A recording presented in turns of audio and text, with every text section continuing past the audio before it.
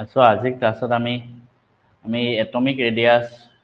এইটোৰ পৰা এইটো টপিকৰ পৰা ষ্টাৰ্ট কৰিম আৰু এইবিলাক বস্তু তোমালোকৰ বহুত বস্তু ক্লাছ 10ৰ লগত ৰিলেটেড থাকিব গতিকে বুজি পোৱাত ইমান বেছি টান নহ'ব ফাৰ্ষ্ট এইবিলাক বস্তু তোমালোকে আগতে পোৱা নাই এটমিক ৰেডিয়াছ কাক বোলে বা কেনেকুৱা হয় এইটো বিষয়ে আহিব পাৰিছো এটমিক ৰেডিয়াছ মানে কি distance from the centre of the nucleus মানে নিউক্লিয়াছ মানে কি আমাৰ যেনেকুৱা ধৰা এটম এটা আছে হিলিয়ামটো কেনেকৈ লিখোঁ মাজত প্লাছ থাকে তাৰপিছতে ইয়াত দুটা ইলেক্ট্ৰন ঠিক আছে তাৰপিছত ধৰা লিথিয়াম ইয়াৰ পিছত আৰু এটা ইলেক্ট্ৰন থাকে তো আমাৰ এটমিক ৰেডিয়াছ মানে কি ডিষ্টেন্স ফ্ৰম দ্য চেণ্টাৰ মানে একদম চেণ্টাৰ এই মাজৰ পৰা to the outermost shell containing electron মানে একদম লাষ্টৰ চেলটো য'ত ইলেক্ট্ৰন আছে মানে আল্টিমেটলি একদম লাষ্টৰ চেলটো লাগে যিমান ডিষ্টেন্স এইখিনিৰ পৰা এইখিনিলৈকে এই গোটেই ডিষ্টেন্সটোক কোৱা হয় এটমিক ৰেডিয়াছ এইটো তোমালোকে মানে নিজেও জানা আৰু নামটো শুনিলে গম পায় এটমিক ৰেডিয়াছ মানে কি হ'ব এটমটো ৰেডিয়াছ তাৰ মানে চেণ্টাৰৰ পৰা লাষ্টলৈকে এটা এটমিক ৰেডিয়াছৰ টাইপ আমাৰ কিতাপত মানে আমি এনচিইআৰটি কিতাপত দুটা টাইপৰ আছে কোভেলেন্ট ৰেডিয়াছ আৰু মেটেলিক ৰেডিয়াছ কি হয় তোমালোকে চাই লোৱা কিন্তু ইয়াৰ ওপৰত কুৱেশ্যন নাহে ইমান বেছিকৈ হ'লেও জাষ্ট চাই ল'ব জানিব লাগে কোভেলেন্ট ৰেডিয়াছ ফাৰ্ষ্ট কোভেলেন্ট মানে কি হয় সেইটোতো জানিব লাগিব কোভেলেন্ট এটা আছে কোভেলেন্ট এটা আছে মেটেলিক কোভেলেন্ট মানে কি হয় কোনোবা জানে নেকি সহযোজী বান্ধনী কোভেলেন্ট এটমবিলাক সহযোজী বান্ধনী আমি ক্লাছ 10ত পঢ়িছিলোঁ দুটা টাইপৰ মানে বান্ধনী থাকে এটা সহযোজী যৌগ আৰু এটা আয়নীয় যৌগ আছিলে মানে কোভেলেন্ট আৰু আয়নিক দুটা টাইপৰ আছিলে কোভেলেন্ট মানে কি শ্বেয়াৰ কৰি লয় মানে বনটো শ্বেয়াৰ কৰে ইলেক্ট্ৰনটো শ্বেয়াৰ কৰি লয় কোভেলেন্ট মানে কি শ্বেয়াৰ কৰি লয় শ্বেয়াৰ ইলেক্ট্ৰন আৰু আয়নিক মানে আয়ন গঠন হয় যেনে Na+ এটা মই এটা এক্সাম্পল দিছোঁ NaCl এইটো কি হ'ব কোভেলেন্ট হ'ব নে আয়নিক হ'ব কোৱাচোন কোভেলেন্ট নে আয়নিক হ'ব নাপাবে কৈছে গুড আয়নিক কাৰণ কিয় আয়নিক হ'ব ইয়াত সোডিয়াম প্লাছ আৰু Cl মাইনাছ এই দুটা আয়ন লগ হৈ NaCl ফৰ্ম হৈছে সেইটো কাৰণে এইটো আয়নিক যৌগ ঠিক তেনেকৈ কোভেলেন্ট যদি এটম হয় মানে কোভেলেন্ট যদি কম্পাউণ্ড হয় তাৰ মিনিং হ'ল এনেকুৱা ধৰণে CH4 আমি পঢ়িছিলোঁ ক্লাছ 10ত CH4টো কেনেকৈ আছিলে কাৰ্বনৰ লগত 4টা হাইড্ৰজেন শ্বেয়াৰ হয় মানে কাৰ্বনৰ লগত প্ৰত্যেকটো এটা এটা শ্বেয়াৰ কৰে ইলেক্ট্ৰন তেতিয়া আমাৰ CH4টো ফৰ্ম হয় আৰু যেতিয়া এনেকৈ ইলেক্ট্ৰন শ্বেয়াৰ হৈছে এনেকৈ বান্ধনী গঠন হৈছে সেইটো কোৱা হয় কোভেলেন্ট বন্ড এতিয়া কোভেলেন্ট বন্ডৰ পৰা কোভেলেন্ট ৰেডিয়াছ শব্দটো আহিছে এতিয়া বুজি যাবা It is defined as 1/2 the distance between two nuclei NaUClIe ইয়াৰ মিনিংটো হ'ল প্লুৰেল ফৰ্ম অফ নিউক্লিয়াছ মন ৰাখিবা মানে নিউক্লিয়াছটোৱে যদি প্লুৰেল ফৰ্মত লিখে নিউক্লিয়াৰ বুলি কয় মানে দুটা যদি ইয়াত কি লিখিছে 1/2 the distance between nuclei of two covalently bonded atoms of the same element in a molecule মানে এইটো কেনেকুৱা হয় চোৱা ইয়াত দেখুৱা আছে দুটা ধৰ এটম আছে আমাৰ কাৰ্বন আৰু কাৰ্বন আছে কাৰ্বন আৰু কাৰ্বনৰ মাজত কি গঠন হ'ব সহযোজী বান্ধনী মানে কোভেলেন্ট বন্ড গঠন হয় আমাক যদি এটা কয় কাৰ্বনৰ তোমালোকে কোভেলেন্ট ৰেডিয়াছ উলিয়াব লাগে কেনেকৈ কৰিব দুটা কাৰ্বন এটম এনেকৈ সহযোজী বান্ধনীত লগ হৈ থাকে তাৰপিছত কি কৰে এইটো চেণ্টাৰৰ পৰা এইটো চেণ্টাৰলৈকে যিমান ডিষ্টেন্স আছে সেইটো কেলকুলেট কৰে এইখিনি ডিষ্টেন্স কেলকুলেট কৰিলে এইখিনি ধৰা ডি ওলাল ইয়াৰ যদি কোভেলেন্ট ৰেডিয়াছ উলিয়াব কয় তেতিয়া d/2 কৰি দিয়ে মানে এই গোটেই ডিষ্টেন্সটোক আধা কৰি দিয়ে covalent radius equal to half the distance between the two nuclei তেনেকৈ উলিয়ায় আকৌ এবাৰ কৈ দিছোঁ কোভেলেন্ট ৰেডিয়াছ মানে কি হয় দুটা সহযোজী বান্ধনীত গঠন হ'ব মানে কোভেলেন্ট বণ্ডত দুটা এটম লগ লাগি আছে কিন্তু যদি কোভেলেন্ট ৰেডিয়াছটো উলিয়াব লাগে কি কৰে দুইটা নিউক্লিয়াছৰ পৰা ডিষ্টেন্সটো উলিয়াই লয় ইয়াৰ নিউক্লিয়াছ এইটো, ইয়াৰ নিউক্লিয়াছ এইটো, এই দুটাৰ মাজৰ ডিষ্টেঞ্চ উলিয়ালে ধৰা ডি ওলাল। এতিয়া ইয়াৰ কোভেলেন্ট ৰেডিয়াছ কিমান হ'ব? ডিটোক ডিভাইডেড বাই 2 কৰি দিয়ে, সেইটো হৈ গ'ল ইয়াৰ কোভেলেন্ট ৰেডিয়াছ। সেইটো ইয়াত লিখা আছে এইবিলাক, তোমালোকে নোটছ লিখোঁতে পিছত এইখিনি লিখি ল'লে হ'ল। মই যি লিখা আছে সেইটো বুজাই দিলোঁ। Next metallic radius. Metallic radius কি হয় জানানে? Half the internuclear distance separating the metal cores in the metallic crystal. তাৰ মানে দুটা মেটেল কোৰ আছে, ধৰা মেটেল আছে, ধৰা সোডিয়াম, ঠিক আছে? তো সোডিয়ামটো কেনেকৈ থাকিব? এটা এনেকৈ থাকিব, এটা দুটা এটম আছে ধৰা সোডিয়াম। তাৰপিছত কি কৈছে? ইণ্টাৰনিউক্লিয়াৰ ডিষ্টেঞ্চ চেম, মানে এইটোৰ নিউক্লিয়াছ এইটো, এইটোৰ নিউক্লিয়াছ এইটো, এই ডিষ্টেঞ্চটো যে, এই ডিষ্টেঞ্চটোক যদি আমি ডি বুলি ধৰোঁ, কোভেলেন্ট ৰেডিয়াছ হ'ব d/2। যেনেকৈ ইয়াত কৈছে distance between two adjacent copper atom, মানে কপাৰটো এটা মেটেল হয়, কপাৰ দুটা এটম একেলগে লগাই ৰাখিছে। তাৰপিছত এইটো নিউক্লিয়াছৰ পৰা এইটো নিউক্লিয়াছলৈকে ডিষ্টেঞ্চ 256 পিকোমিটাৰ, এইটো পালে। therefore ইয়াৰ ৰেডিয়াছ কিমান হ'ব? এইটোক আধা কৰি দিলে হ'ল 128, এইটো ইয়াৰ ৰেডিয়াছ হ'ব। এইটো কি ৰেডিয়াছ বুলি কয়? Metallic radius. মানে স্ক্ৰীনখন অহা নাই নেকি? স্ক্ৰীনখন আহিছে নেকি? মানে কি তোমাৰ এটমিক ৰেডিয়াছত কোভেলেন্ট ৰেডিয়াছ আৰু মেটেলিক ৰেডিয়াছ দুটা সেমেই হয়। জাষ্ট কি হয় মানে বস্তুটো কনচেপ্টটো মনত ৰাখিলে হ'ল, দুটা নিউক্লিয়াছৰ মাজত যিমান ডিষ্টেঞ্চ হয় তাক ডিভাইডেড বাই 2 কৰি দিলে হ'ল, তেতিয়াই ওলাই যায়। এইকেইটা বস্তু জাষ্ট মুখস্থ কৰি ৰাখা, মানে তোমালোকৰ ডেফিনেশ্যনবিলাক আৰু পৰীক্ষাত বাই চান্স আহিব পাৰে। কিন্তু মেইন কনচেপ্ট হ'ল এইটো, এটমিক সাইজ ভেৰিয়েশ্যন এলং এ পিৰিয়ড আৰু এলং এ গ্ৰুপ। আমি অলৰেডি ক্লাছ 10ত পঢ়ি আহিছোঁ, ঠিক আছে? হ'লেও মই আকৌ এবাৰ বুজাই দিম, কেছ নাই। ইয়াত নোটছত মানে তোমালোকে লিখিবৰ কাৰণে এইখিনি লিখিলেই হ'ল, মই এতিয়া বুজাই দিম, বুজোৱাটো বুজাই দিম এতিয়া। চোৱা, এলং এ পিৰিয়ড কি হয়? তোমালোকে যদি মানে চেপ্টাৰ 5টো ভালদৰে চাইছা গম পাবাই এনেও। এলং এ পিৰিয়ড যদি আমি গৈ থাকোঁ এনেকৈ কি হয়? লাষ্টৰ চেলত এইখিতে ধৰা এটা ইলেক্ট্ৰন আছে, এইখিতে দুটা ইলেক্ট্ৰন আছে, এইখিতে তিনিটা ইলেক্ট্ৰন আছে। এইটো কিহত হ'ব? এটা পিৰিয়ডত। এটা পিৰিয়ডত আমি লেফ্টৰ পৰা ৰাইটলৈ গৈ আছোঁ। তো তেতিয়া কি হয়? ইয়াত প্লাছবিলাক থাকে। যেতিয়া এটা ইলেক্ট্ৰন আছে ইয়াক এফালৰ পৰা এট্ৰেক্ট কৰিব, দুটা ইলেক্ট্ৰন আছে দুফালৰ পৰা এট্ৰেক্ট কৰিব, তিনিটা ইলেক্ট্ৰন আছে তিনিফালৰ পৰা এট্ৰেক্ট কৰিব। তো মানে যিমানে এইফালে আমি বাঢ়ি গৈ আছে, এইফালে আমি ৰাইট চাইডে গৈ আছোঁ, সিমানে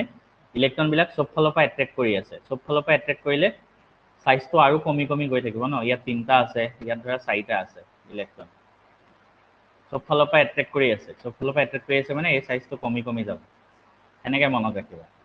গতিকে পিৰিয়ডত আমি লেফ্টৰ পৰা ৰাইটলৈ গ'লে এটমিক ৰেডিয়াছ সদায় ডিক্ৰিজ হয়।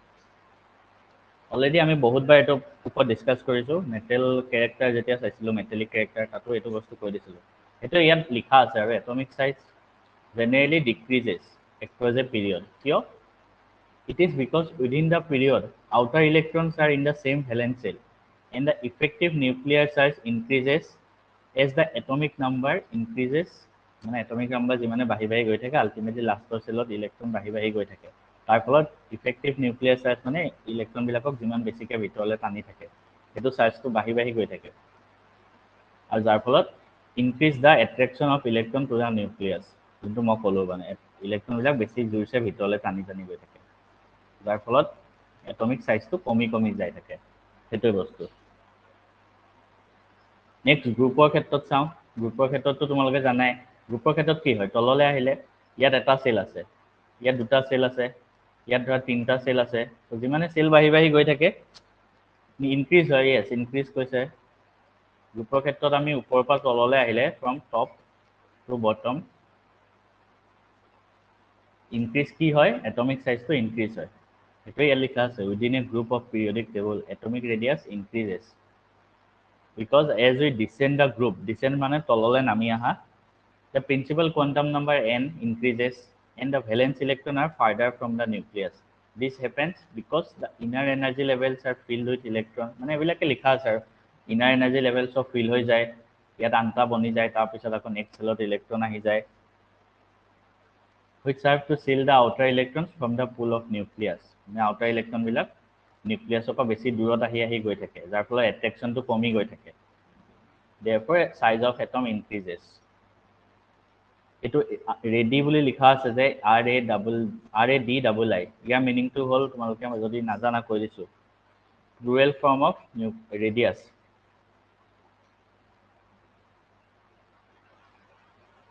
অসমীয়া মিডিয়ামৰখিনি হয়তো বুজাত অলপ প্ৰব্লেম হ'ব পাৰে এইবিলাক ৱৰ্ড, সেইটো কাৰণে মই কৈ যাওঁ তোমালোকক।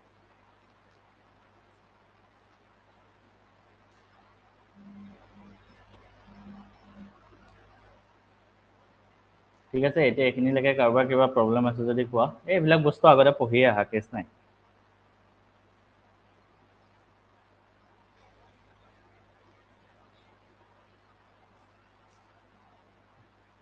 নাই, ঠিক আছে, বঢ়িয়া। এইবিলাক বস্তু আগতে পঢ়িয়ে আহা, সেইটো কাৰণে স্পীডত আমি যাব পাৰিছোঁ। Why atomic radii of noble gases are greater than the halogens?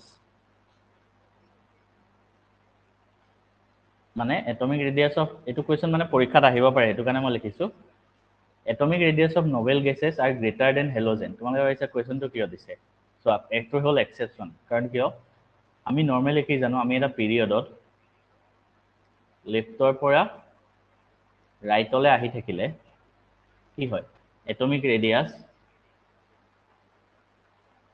Decrease হয়। অলৰেডি আমি পঢ়ি আহিলোঁ, লেফ্টৰ পৰা ৰাইটৰ আহিলে এটমিক ৰেডিয়াছ ডিক্ৰিজ হয়। এতিয়া আমি যদি এইটো চাওঁ, হেলোজেন আছে ইয়াত 17 গ্ৰুপত, তাৰপিছত তাৰ ৰাইট চাইডে আছে নোবেল গেছ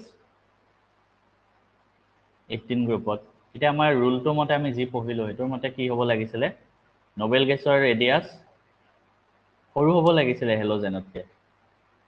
কাৰণ আমাৰ ৰুলটোৱেতো সেইটোৱে কয়, ৰাইট চাইডে আহিলে এটমিক ৰেডিয়াছ কমি যায়, তাৰমানে হেলোজেনৰ এটমিক ৰেডিয়াছ বেছি হ'ব নোবেল গেছতকৈ। কিন্তু এইটো এক্সেপশ্যন হয়, atomic radius of noble gas R greater.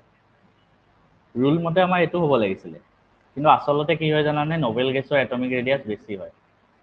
কিয় হয় এইটো কোৱা আছে, চোৱা। In case of noble gas all the orbitals are completely filled. Noble গেছৰ ক্ষেত্ৰত কি হয়, নোবেল গেছৰ ক্ষেত্ৰতনো এনে কি হয়, গোটেই চেলবিলাক কমপ্লিটলি ফিল হৈ থাকে ন। এতিয়া যেনেকৈ আমি এটা নোবেল গেছ ল'লোঁ, ইয়াত দুটা ইলেক্ট্ৰন কমপ্লিট ফিল হৈ আছে, ইয়াত আনটা ইলেক্ট্ৰন ফিল হৈ আছে। ঠিক আছে, ইয়াত দুটা ফিল হৈ আছে, ইয়াত আনটা, টোটেল 10টা হ'ল।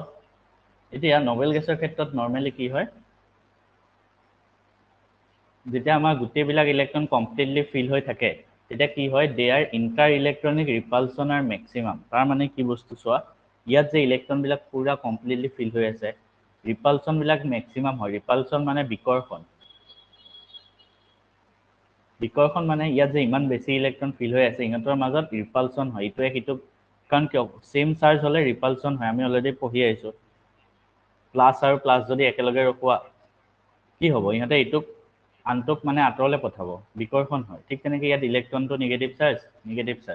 নিগেটিভ চাৰ্জবিলাক যিমানেই ওচৰত থাকে, সিহঁতৰ মাজত ৰিপালচন হয়। ৰিপালচন মানে বেছি দূৰলৈ ঠেলি পঠিয়াব বিচাৰে, ইলেক্ট্ৰনবিলাক বেছি দূৰলৈ ঠেলি পঠিয়াব বিচাৰে, যাৰ ফলত কি হয়, সিহঁতৰ মানে ৰেডিয়াছটো বাঢ়ি যায় অলপ। আৰু সেইটো কাৰণে নোবেল গেছৰ ৰেডিয়াছটো হেলোজেনতকৈ বেছি হয়। বুজিলা কথাটো? কোনোবাই বুজা নাই যদি কৈ দিব পাৰা। এইটো কুৱেশ্যন, এনেকুৱা কুৱেশ্যনবিলাক চোৱা, মই এতিয়া কৈ থওঁ, তোমালোকৰ ক্লাছ 11তে হওক বা 12তে হওক, তোমালোকে ভাবা কেনেকুৱা ধৰণৰ প্ৰশ্ন আহিব পাৰে বৰ্ড এক্সামত। বৰ্ড এক্সামৰ কথা কৈছোঁ, এনেকুৱা প্ৰশ্নবিলাক আহে, কিবা এটা কিয় এক্সেপশ্যন হয়, কিয় এইটো হয়, এটা ৰিয়েকশ্যন হৈ আছে, কিয় আমি এইটো প্ৰডাক্ট ইউজ কৰোঁ। বেছিভাগ কুৱেশ্যন এনেকুৱা টাইপৰ কুৱেশ্যনবিলাক আহে, কিন্তু যে মানে এটমিক আমাৰ ৰুল মতে এইটো হয়, কিন্তু এইটো এক্সেপশ্যন, সেই এক্সেপশ্যনটো কিয় হয়, সেই বস্তুটোৱে, সেইবিলাক কুৱেশ্যন বৰ্ডত আহে। আৰু এইবিলাক কুৱেশ্যন মেক্সিমাম 1 নম্বৰ বা 2 নম্বৰ আহে, 2 নম্বৰে আহে। আৰু এনেকৈ যদি লিখি থৈ আহা, ফুল মাৰ্কছ পাই যাবা 2 নম্বৰ। সেইটো কাৰণে কেমেষ্ট্ৰিত 100 মাৰ্কছ পোৱাটো সহজ হয়, বৰ্ড এক্সামৰ কথা কৈছোঁ। বহুতে ভাবে কি কেমেষ্ট্ৰি ইমান টান, বৰ্ড এক্সামত নম্বৰ পাব নোৱাৰি, কিন্তু মই 98 পাইছিলোঁ। মই জানো মোৰ 2 নম্বৰ ভুল হৈছিলে, এটা মানে নিউমাৰিকেল আহিছিলে, সেইটো মোৰ কেলকুলেশ্যন ভুল হৈছিলে, তাতে মোৰ 2 নম্বৰ কাটিছে। কিন্তু চোৱা, বাকী মই যিমান লিখিছোঁ সিমানেই পাইছোঁ মানে। হেতু কাৰণে কৈছো 100 সবে পাব পাৰি বিকি মোৰ কাইলে ফিজিক্সৰ টেষ্ট আছে ৰেকৰ্ডিং চাই লম ঠিক আছে এক্সেপচনবোৰ বেছিকৈ আহে ন এক্সেপচনবিলাক বেছিকৈ আহে কেমিষ্ট্ৰি লিখোতে মোৰ ৱৰ্ডবোৰ অলপ ভুল হয় একো নাই অৰিন্দম তোমাৰ ঠিক হৈ যাব লাহে লাহে লিখি থাকি প্ৰেক্টিচ কৰি থাকিলে আহি যাব সেকেন্ড ইয়াৰলৈকে হৈ যাবগে এতিয়া চোৱা আয়নিক ৰেডিয়াছটো আমি অলপ পঢ়িব লাগিব আয়নিক ৰেডিয়াছ মানে নৰ্মেল একেটাই কথা জাষ্ট আয়ন এটাৰ ৰেডিয়াছ আৰু সোডিয়াম প্লাছ আয়ন Cl মাইনাছ আয়ন সেইবিলাক আয়নৰ ৰেডিয়াছ তাৰ আগতে কোনোবাই যদি নাজানা মই এইটো লিখি দিছো কেটায়ন মানে পজিটিভ চাৰ্জ যেনে Na+ পজিটিভ আয়ন মানে কেনেকৈ গঠন হয় ইয়াত ইলেক্ট্ৰন এৰি দি পেলাই গঠন হয় ইলেক্ট্ৰন এটা যেতিয়া এৰি দিব নিজৰ সেলৰ পৰা এটা ইলেক্ট্ৰন যেতিয়া এৰি দিব বা দুটা ইলেক্ট্ৰন এৰি দিব তেতিয়া কেটায়ন গঠন হয় আৰু এনায়ন মানে নিগেটিভ যেনেকৈ Cl মাইনাছ ইয়াৰ পৰা এটা ইলেক্ট্ৰন গ্ৰহণ কৰিছে এটা ইলেক্ট্ৰন ই লৈছে গতিকে যিমান ইলেক্ট্ৰন ল'ব ইলেক্ট্ৰন লৈছে মানে কি নিগেটিভ চাৰ্জ এটা লৈছে সেইটো কাৰণে মাইনাছ লিখে নিগেটিভ আয়ন আৰু পজিটিভ কেতিয়া হয় ইলেক্ট্ৰন এৰি দিছে মানে নিগেটিভটো এৰি দিছে তাৰ মানে এইটো পজিটিভ সেইটোৱে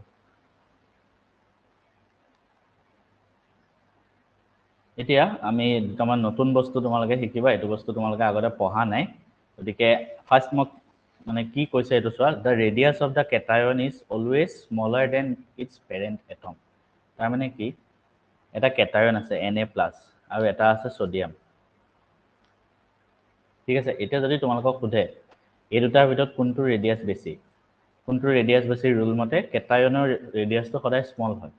সোডিয়ামৰ ৰেডিয়াছটো ডাঙৰ হ'ব আৰু কেটায়নৰ ৰেডিয়াছটো কম হ'ব কিয় হয় মই ফাৰ্ষ্ট ওপৰৰ পৰা পঢ়ি দিছো তোমালোকে বুজি পোৱাত প্ৰব্লেম হ'ব পাৰে তাৰপিছত মই বুজাই দিম চোৱা A cation is formed by loss of one or more electrons from the neutral gaseous atom. This generally causes removal of whole of the outermost shell of electron. যেনেকে সোডিয়ামৰ পৰা Na+ আৰু electron due to the removal of valence shell the number of cells in cation decreases as a result size of the cation is smaller than the parent atom তাৰ মানে কি এটা আছে sodium ঠিক আছে সোডিয়ামৰ এটমিক নাম্বাৰ 11 আছিল হয়নে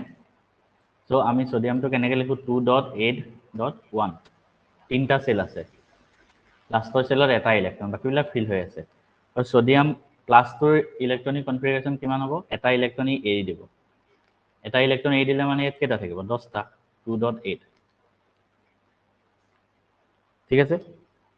এতিয়া তোমালোকে নিজে মানে ডাইৰেক্ট দেখিছা চোৱা সোডিয়ামৰ তিনটা সেল আছিলে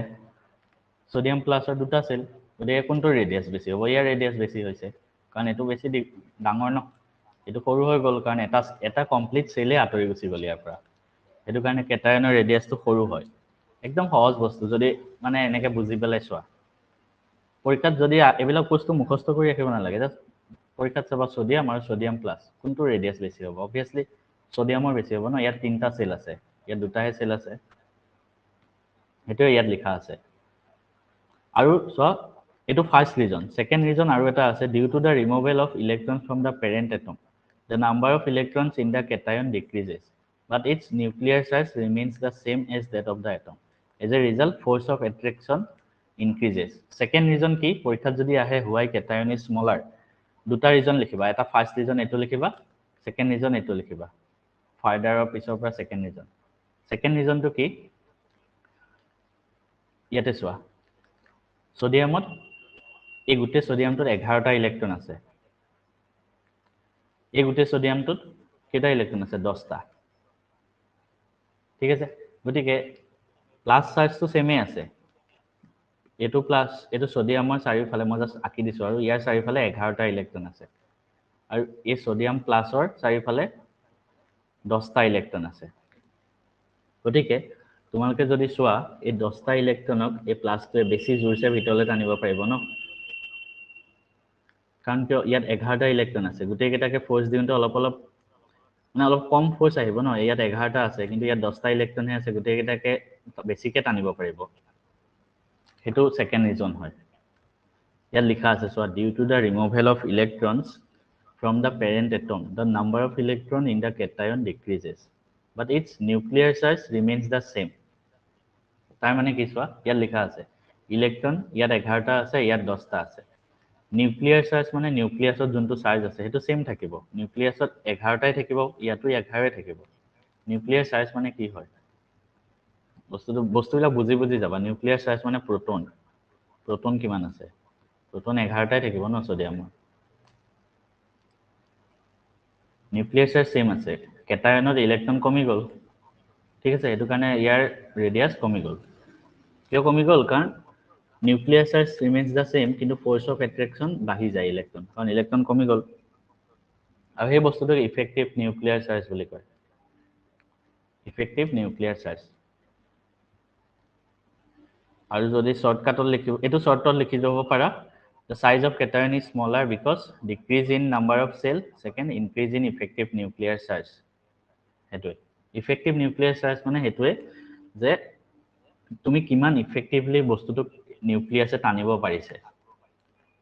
কিমান ইফেক্টিভলি বস্তুটো নিউক্লিয়াসে টানিব পাৰিছে নিজৰ ফালে হেতু কোৱা হয় ইফেক্টিভ নিউক্লিয়াৰ চাৰ্জ যেতিয়া 11টা ইলেক্ট্ৰন আছিল তাত অলপ ফোৰ্সটো কম হ'ব কিন্তু যেতিয়া 10টা ইলেক্ট্ৰন হ'ল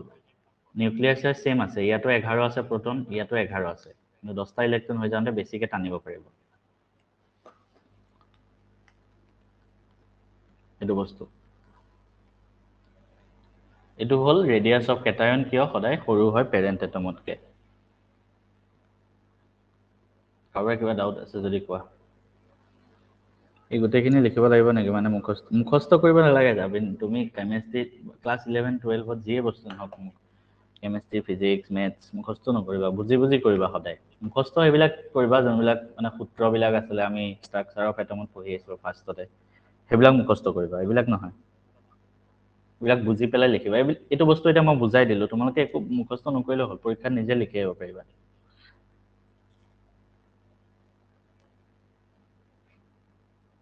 আয়নিক ৰেডিয়াছৰ ডেফিনেশনটো কি লিখিবা ডেফিনেশন নাহে আহিলেও জাস্ট লিখি দিবা the radius of the distance of এনেকে লিখিবা দা ডিসটেন্স অফ নিজে বুজি লিখিলে হ'ল the distance of nucleus to the outermost cell in an ion হেতুৱে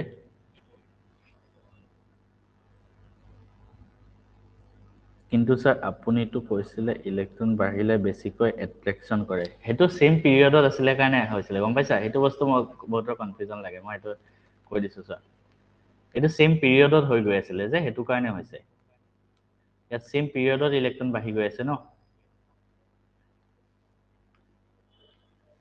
same পিৰিয়ডত বাঢ়ি গৈ আছে হেতু কাৰণে ভিতৰলে টানাটো সবফালৰ পৰাই টানি আছে মানে কিন্তু এটোটো পিৰিয়ড সেম মানে সেম সেলত নহয় ন সেকেন্ড মানে এটো ইয়াত তিনটা আছিল সেল তাৰপিছত ইয়াত দুটা সেলহে আহি গৈছে হেতু কাৰণে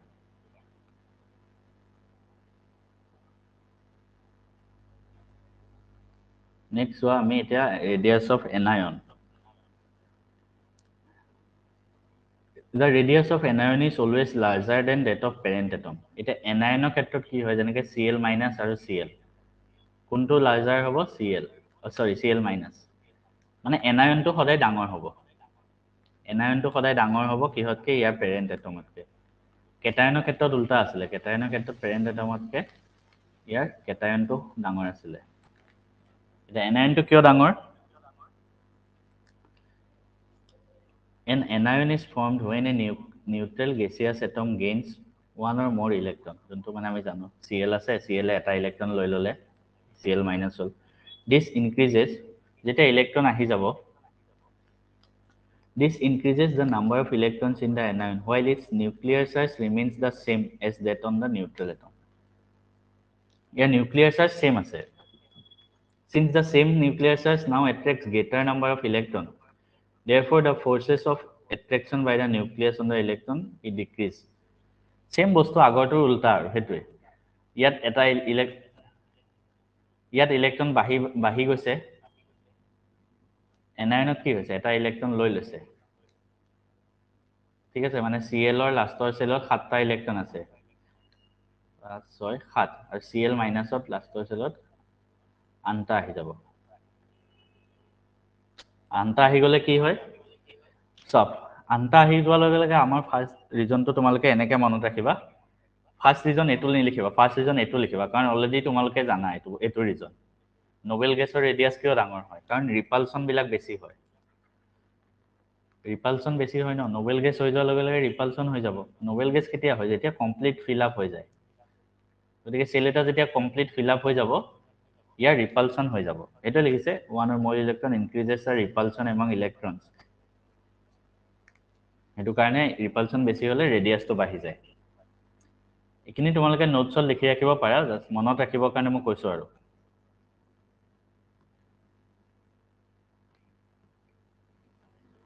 হৈ গ'ল এইখিনিলৈকে কাৰোবাৰ কিবা ডাউট আছে যদি ক'ব পাৰা থাৰ্ড লেচনটো খতম হ'বলৈ কিমান দিন লাগিব এইটো চাই লওঁ আৰু মানে 3-4টা ক্লাছত শেষ হ'ব লাগে এটমিক ৰেডিয়াছ আৰু আয়নিক ৰেডিয়াছৰ মাজত ডিফাৰেঞ্চ কি এটমিক ৰেডিয়াছ মানে এটা এটমৰ ৰেডিয়াছ যেনেকৈ ছ'ডিয়াম আয়নিক ৰেডিয়াছ মানে sodium plus আয়নটোৰ radius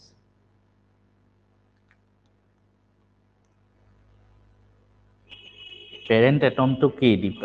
parent atom মানে যেনেকৈ ছ'ডিয়ামৰ পৰা ছ'ডিয়াম প্লাছ বনিছে এই ছ'ডিয়ামৰ পৰা বনিছে সেইটো পেৰেণ্ট এটম বুলি কয় ইয়াৰ পৰাহে এইটো বনিছে সেইটো কাৰণে ইয়াক পেৰেণ্ট এটম ঠিক আছে ঠিক তেনেকৈ CLৰ পৰা Cl মাইনাছ বনিছে ইয়াত Clক পেৰেণ্ট এটম বুলি কয় ইটোৰ পৰা এইটো বনিছে নেক্সট আইছো ইলেক্ট্ৰনিক স্পেচিছ মই তোমালোকক এটা কুৱেশ্যন দিছিলোঁ মোৰ মনত আছে লাষ্ট চেপ্টাৰটোতে মই যেতিয়া টেষ্ট পাতিছিলোঁ তাত আইছো ইলেক্ট্ৰনিক বস্তুটো মই পঢ়াইছিলোঁ মানে পঢ়োৱা নাই মই কুৱেশ্যনটো দিছিলোঁ আৰু এনচাৰত মই কৈছিলোঁ আইছো ইলেক্ট্ৰনিক কেতিয়া হয় সদায় মনত ৰাখিবা আইছো শব্দৰ অৰ্থ হ'ল চেম নাম্বাৰ আইছো মানে চেম আইছো ইলেক্ট্ৰনিক মানে তাৰ মানে কি চেম ইলেক্ট্ৰন মানে সমান ইলেক্ট্ৰন থাকিব চেম নাম্বাৰ অফ ইলেক্ট্ৰন চবতে চেম নাম্বাৰ অফ ইলেক্ট্ৰন থাকিব য়েছ ৰাজীৱে কৈছে আইছো ইলেক্ট্ৰনিক ইয়াত চোৱা আইছো ইলেক্ট্ৰনিক স্পেচিছ থাকিলে কি হয় within a series of isoelectronic ions as nuclear size increases isoelectronic মানে কি চোৱা এলুমিনিয়াম মেগনেছিয়াম সোডিয়াম এইকেইটাৰ এটমিক নাম্বাৰ কোৱাচোন কাৰ কাৰ মনত আছে পিৰিয়ডিক টেবুলখন চাই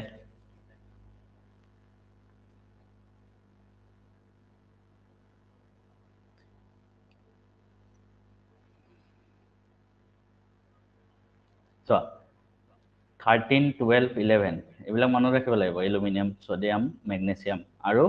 ঠিক তেনেকৈ যদি ফ্লোৰিন অক্সিজেন নাইট্ৰজেন লওঁ নাইট্ৰজেনৰ কিমান আছিলে 7 অক্সিজেনৰ 8 আৰু ফ্লোৰিনৰ 9 য়েছ বুজি পাইছে চবেই মনত আছে মানে এতিয়া মই যদি এলুমিনিয়াম 3+ আয়ন গঠন কৰে ইয়াত ইলেক্ট্ৰনৰ সংখ্যা কিমান হ'ব এলুমিনিয়াম 3+ হ'লে ইয়াত 3টা আৰু ইলেক্ট্ৰন লগ হ'ব ঠিক আছে এলুমিনিয়াম 3+ আয়নৰ 16 মেগনেছিয়াম 2+ আয়ন এলুমিনিয়াম 3+ আয়ন 16 কেনেকৈ হ'ব হা 16 নেকি ৰাজীৱ এলুমিনিয়াম 3+ আয়নৰ ইলেক্ট্ৰন কেইটা হ'ব 10টাহে নাবাবে দিছে 10টা গুড মেগনেছিয়াম 2+ 3+ মানে কি ইলেক্ট্ৰন এৰি দিছে সেইটো ভুল নকৰিবা মেগনেছিয়াম 2+ মেগনেছিয়ামৰ এনে 12 হয় 12টা ইলেক্ট্ৰন আছে 2+ মানে 2টা ইলেক্ট্ৰন এৰি দিলে 10 সোডিয়াম প্লাছ 11টা আছে এটা ইলেক্ট্ৰন এৰি দিলে 10 ফ্লোৰিনৰ ক্ষেত্ৰত F- ইয়াত আকৌ ইলেক্ট্ৰন লৈছে 10টা O2- দুটা ইলেক্ট্ৰন লৈছে 10টা নাইট্ৰজেনৰ 3- 3টা লৈছে 10টা এই গোটেইবিলাকৰ ইলেক্ট্ৰন সমান এই গোটেইবিলাক আয়নৰ ইলেক্ট্ৰন সমান হয় দেখিছা এলুমিনিয়াম 3+ মেগনেছিয়াম সোডিয়াম ফ্লোৰিন এইবিলাক আয়নৰ ইলেক্ট্ৰন সমান এনেকুৱা ক্ষেত্ৰত আয়নিক সাইজটো কেনেকৈ চাবা আয়নিক ৰেডিয়াছটো কেনেকৈ চাবা আয়নিক ৰেডিয়াছ মানে আয়নবিলাকৰ ৰেডিয়াছ ঠিক আছে আয়নিক ৰেডিয়াছটো কোনটো বেচিছত ভেৰি কৰিব সেইটো জানিব লাগিব তাৰ মানে কি চোৱা যেতিয়া এটা আয়নিক ৰেডিয়াছ আমি উলিয়াব লাগে উইদিন এ সিৰিজ অফ আইসোইলেক্ট্ৰন আয়ন এইবিলাক সব আইসোইলেক্ট্ৰনিক হয় as the nuclear charge increases the force of attraction by the nucleus on the electrons also increases. তার মানে কি? As the nuclear size increases, the force of attraction by the nucleus on the electron also increases. তার মানে এটো ধৰা আছে sodium plus Mg2 plus Al3 plus যিমানে nuclear সাইজটো বাঢ়ি বাঢ়ি গৈ থাকিব কিমানে কি হয় আয়নিক ৰেডিয়াসটো বাঢ়ি বাঢ়ি যায় as a result ionic radius in other words ionic radius of isoelectronic ions decrease with the increase in magnitude of the nuclear size তাৰ মানে সৰি উল্টা কলো মই হা আয়নিক ৰেডিয়াসটো কেতিয়া বাঢ়ি বাঢ়ি গৈ থাকে যিমানে আমাৰ সাইজটো ম্যাগনিটিউডটো বাঢ়ি বাঢ়ি কি উল্টা হৈ আছে কমি কমি গৈ থাকে ঠিক আছে আকৌ এবাৰ কৈ দিছো sir Al3 plus Mg2 plus Na plus Na plus যিমান কমি কমি গৈ থাকে আয়নিক ৰেডিয়াস Mg2 plus আৰু Al3 plus এটো মনত ৰাখিবা খালি কমি কমি গৈ আছে মানে ইলেক্ট্ৰন এটো ৰেডিয়াসটো বাঢ়ি বাঢ়ি গৈ আছে এটো within a series of isoelectronic spaces the nuclear charge increases the force of attraction by the nucleus on the electron also increases আৰু হেতু কাৰণে ইলেক্ট্ৰন মানে আয়নিক সাইজটো অলপ বাঢ়ি কমি কমি গৈ থাকে যিমান হেতু বাঢ়ি বাঢ়ি যায় সাইজটো যিমান বাঢ়ি বাঢ়ি যায় কোনো বুজাত প্ৰবলেম হৈছে নেকি তাৰ মানে মোৰ আজি অলপ জ্বৰ হৈ আছে এটো কাৰণে অলপ বুজাত প্ৰবলেম হ'ব পাৰে মই মানিছো বাৰু নে কাবা কিবা প্ৰবলেম আছে যদি কোৱা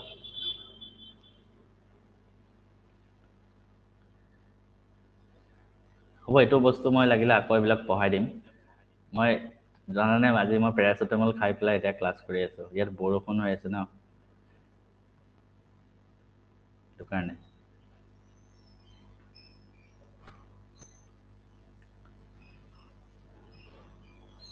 হ'ব একো নাই মই এটো এখিনি মই আকৌ পঢ়াই দিম তোমালোকক নেক্সট তোমালোকে চিন্তা কৰিব নালাগে ঠিক আছে আজি ক্লাছটো মই শেষ কৰিছো হা মোৰ মানে গা চা একদম বেয়া হৈ আছে ইমানখিনি পঢ়াব পাৰি